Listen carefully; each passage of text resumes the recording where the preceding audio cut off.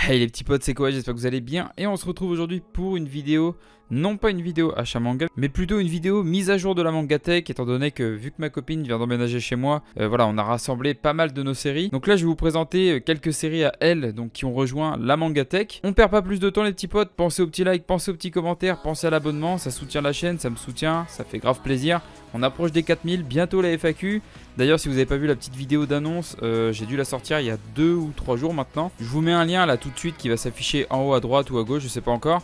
Si vous avez envie de me poser une question en particulier, c'est dans l'espace commentaire justement de l'annonce FAQ. Donc voilà, je tiens à vous prévenir, je répondrai uniquement aux questions qui seront dans l'espace commentaire de la vidéo d'annonce FAQ.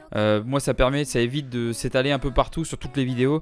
Voilà, je centralise toutes les questions. Bon les gars, si vous faites pas l'effort, bah tant pis, hein, vous passerez à la trappe. Dans tous les cas, j'essaierai de lire et de répondre à un maximum de questions. Maintenant qu'on a passé la partie blabla les petits potes, je vais pouvoir enfin vous présenter ceux qui rejoignent la Mangatech. Donc pour commencer, on a les 8 premiers tomes de Quintessential Quintuplets, donc 8 premiers tomes. La série est terminée au Japon en 14 tomes, donc on approche tranquillement de la fin. Là on a un shonen style harem un peu à la Lovina. Bon je compare à Lovina parce que c'est terminé en 14 tomes aussi. En gros l'histoire c'est qu'on a un lycéen qui est très bon en cours et puis qui va devoir donner des cours particuliers à des quintuplés d'une famille riche pour se faire un max de thunes en fait. Alors attention les petits potes, quand je parle de cours particuliers, n'y voyez aucune allusion sexuelle hein. Rassurez-vous, on parle uniquement du domaine scolaire parce que ce qu'il faut savoir en fait c'est que dès le premier tome on nous apprend qu'à la fin de la série il terminera avec une des 5 sœurs. On voit très clairement le début d'un mariage dans le début du tome 1 et ce qui est marrant c'est que ça permet au lecteur du coup de trouver avec quelle sœur il va finir. Donc petit shonen qui cartonne en ce moment, enfin le buzz est peut-être un peu retombé mais je sais que l'année dernière c'était très attendu comme série. Voilà, là on approche de la fin, il reste que 6 tomes, on a fait plus de la moitié. Donc c'est chez Pika Édition. Et puis tant qu'on est chez Pika Édition, je vais vous présenter la série qui suit avec l'Atelier des Sorciers qui là pour le coup est un seinen. D'ailleurs au passage c'est une série que ma copine adore énormément, elle a acheté tous les collectors. Mais à chaque fois avec les collectors il y avait plein de goodies. Donc voilà, là ça va être le coffret du 7. Là il y a un petit carnet vraiment sympa avec les petites dorures et tout. Je crois que c'est un carnet pour prendre des notes. Ouais voilà c'est ça. Après qu'est-ce qu'il y a d'autre? Là on a des crayons de couleur. L'Atelier des Sorciers, l'Artworks. Donc vous voyez avec plusieurs croquis, plusieurs schémas. Tac. Là j'ai fait tomber un truc, je sais pas ce que c'est. Ok bon on s'en fout. Je vais le remettre dedans parce que sinon je vais me faire tuer les gars. Ensuite on a un jeu de cartes. Quand je dis jeu de cartes c'est pas le jeu de cartes traditionnel, c'est vraiment un jeu de cartes, un jeu à part entière en fait, un petit jeu de société. Donc l'Atelier des Sorciers. Ensuite on a un autre carnet qui semble être également un carnet de croquis de ce que je vois, avec plein de petites illustrations, donc surtout des personnages à première vue. Puis voilà, après on a fait le tour. Donc ça c'était pour les goodies. Donc vous voyez là vraiment c'est un peu la fangirl c'est un peu la fangirl de l'Atelier des Sorciers. Mais voilà, petite série en 7 tomes, toujours en cours. Je sais pas du tout si elle est terminée, j'ai pas pensé à me renseigner. Donc les 7 premiers tomes de l'Atelier des Sorciers. Pour ce qui est du speech, on va suivre du coup les aventures de Coco qui évolue dans un monde rempli de magie. Notre protagoniste va essayer de s'intégrer à ce monde étant donné que c'est une simple humaine à la base. Et elle va chercher à approfondir ses connaissances auprès d'un mage qui d'ailleurs vit tout seul avec plein de gamines. C'est très chelou. J'ai l'impression de voir Pegasus au royaume des duelistes avec tous les gamins qu'il a emmenés sur son île. Mais bref, bon, même si c'est pas très légal, les gars, c'est un manga, ils font ce qu'ils veulent. C'est normal au Japon j'ai envie de dire. Et je pense que c'est sur cette magnifique comparaison avec Yu-Gi-Oh et le royaume des duelistes qu'on va passer à la série suivante. Pour le coup la série là c'est pas chez Pika Édition mais chez Kiyun. Et du coup on reste dans le domaine de la magie parce que du coup là je vais parler de Magus of the Library, donc qui n'est ni un shonen ni un seinen mais qui est un Kizuna, genre que je ne connaissais pas du tout. On s'est renseigné mais en gros Kizuna en japonais ça représente le lien, la force d'attraction qui relie les gens entre eux. Donc voilà, on est sur un manga très humain on va dire, très centré sur les liens, l'attachement etc. Magus of the Library, les 4 premiers tomes. En feuilletant un petit peu le tome 1 j'étais tombé sur quelques planches qui étaient vraiment magnifiques. Franchement l'auteur donc Mitsu Izumi a fait du très bon boulot les gars. Et c'est une femme, ce qui est assez rare quand même dans le monde du manga. Bon après l'auteur de Full Metal, de Demon Slayer ce sont des femmes mais voilà. Je cherche pas du tout à faire le macho mais bon après voilà le manga. Le métier de mangaka ça reste un métier où on y trouve majoritairement des hommes au final. Même si ça commence à évoluer les gars, les choses évoluent de toute façon. On est en 2021, il y a quand même pas mal de trucs qui ont évolué, notamment la place de la femme dans la société. Et puis bon c'est quand même une bonne chose. Mais voilà, Magus of the Library, je peux pas en parler plus étant donné que je les ai pas encore lus. Quand je vois le tome 3 qui est quand même un assez gros pavé, après voilà je sais pas combien il coûte. Mais de toute façon ma copine fait la série donc j'aurai tout le temps qu'il faut pour les lire.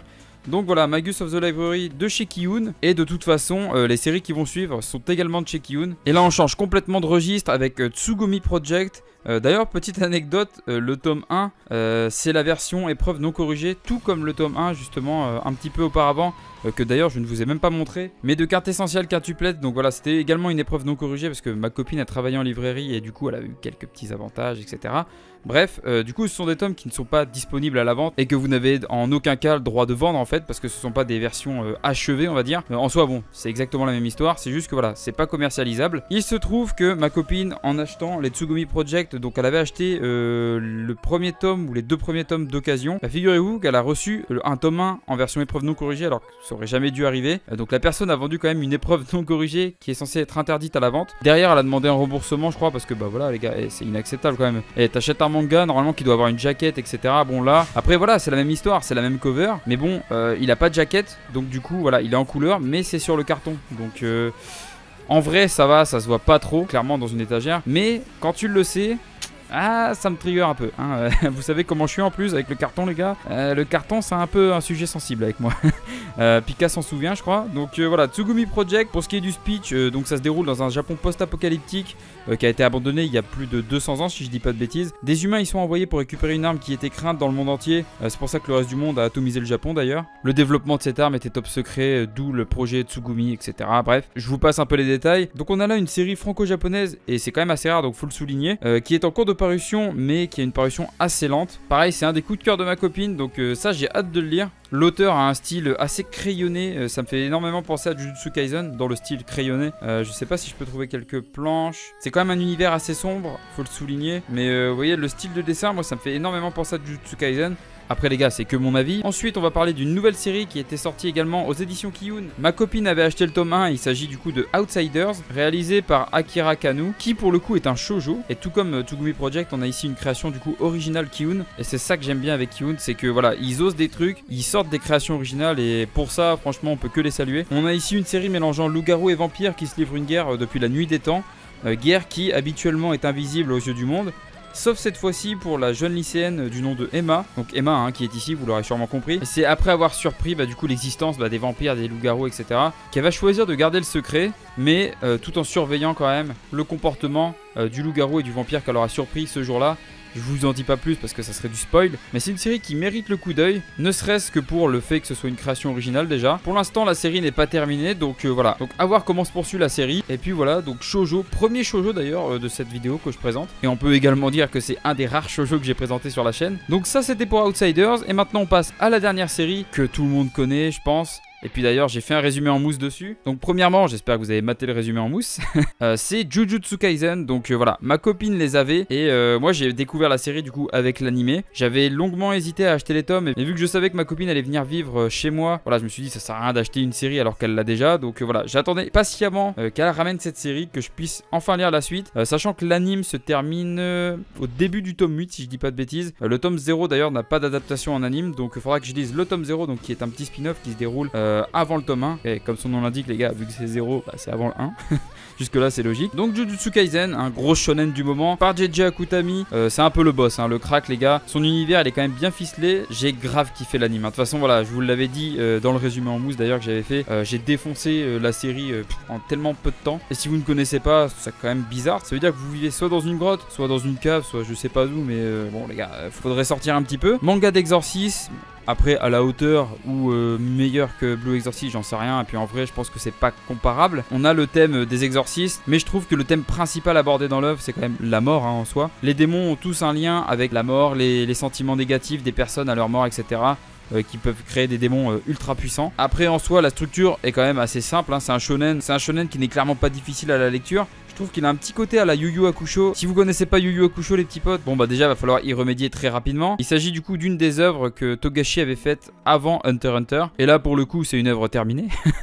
Bon les gars, le petit tacle qui est parti, désolé mais bon j'étais obligé. Donc voilà, Jujutsu Kaisen ça me fait énormément penser à l'univers un peu de Yu Yu Hakusho, de par son côté assez sombre et puis du thème abordé, la mort en général. Très très bon shonen si vous les avez pas encore lus. Si vous vous tâtez encore à les acheter, je vous conseille d'aller mater l'anime. Les gars, sur une plateforme de streaming légal évidemment, et on est civilisé, on est dans la légalité. Moi évidemment que je les ai matés en toute légalité, tout à fait. Bref, on va pas s'attarder sur le sujet, mais voilà, Jujutsu Kaisen, si vous n'avez pas encore lu, soit essayez de lire un extrait, soit essayez de mater l'anime qui est terminé du coup, qui pour le coup colle bien à la parution française, étant donné que voilà qu'on est au début du tome 8. L'anime est terminé en 24 épisodes si jamais. Vu que la série est terminée, je pense que les épisodes sont gratuits sur Crunchyroll d'ailleurs.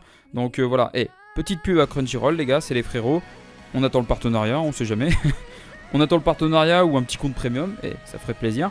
Donc voilà, Jujutsu Kaisen, gros shonen du moment.